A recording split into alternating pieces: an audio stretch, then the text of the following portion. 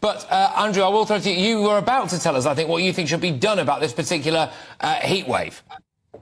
Okay, so in terms of what do we do in terms of climate policy, anything we do has to cost less than the estimates of the cost of global warming. So if you take the official estimates of the cost of global warming, it's about £50 per tonne of carbon dioxide. Now, okay, let's be generous. Let's call it 100.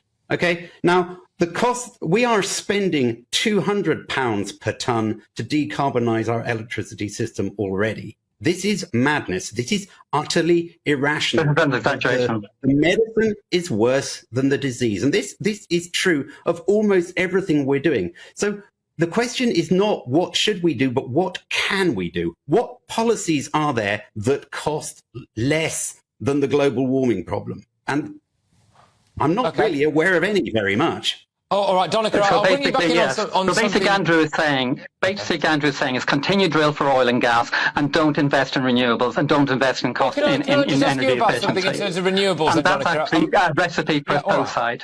Donnachadh, can I just ask you something about renewables? I do wonder whether or not with some of them they are actually the solution. So, for example, I'm going to be doing a story a little bit later on about solar panels being made by Chinese slave labour, which doesn't seem particularly ethical. We also know quite a bit about the old lithium batteries that appeared to be, mined out of the ground by one-armed Congolese children, which again doesn't seem to be particularly ethical. Are actually some of the solutions to this indeed arguably worse morally than what we're doing at the moment, Donnachadh?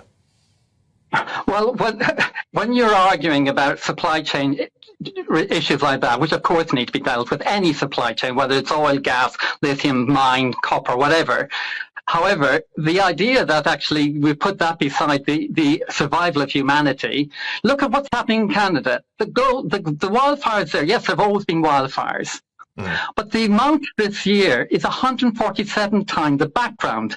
Normally 28,000 hectares goes up in Quebec. This year is just 3.6 million.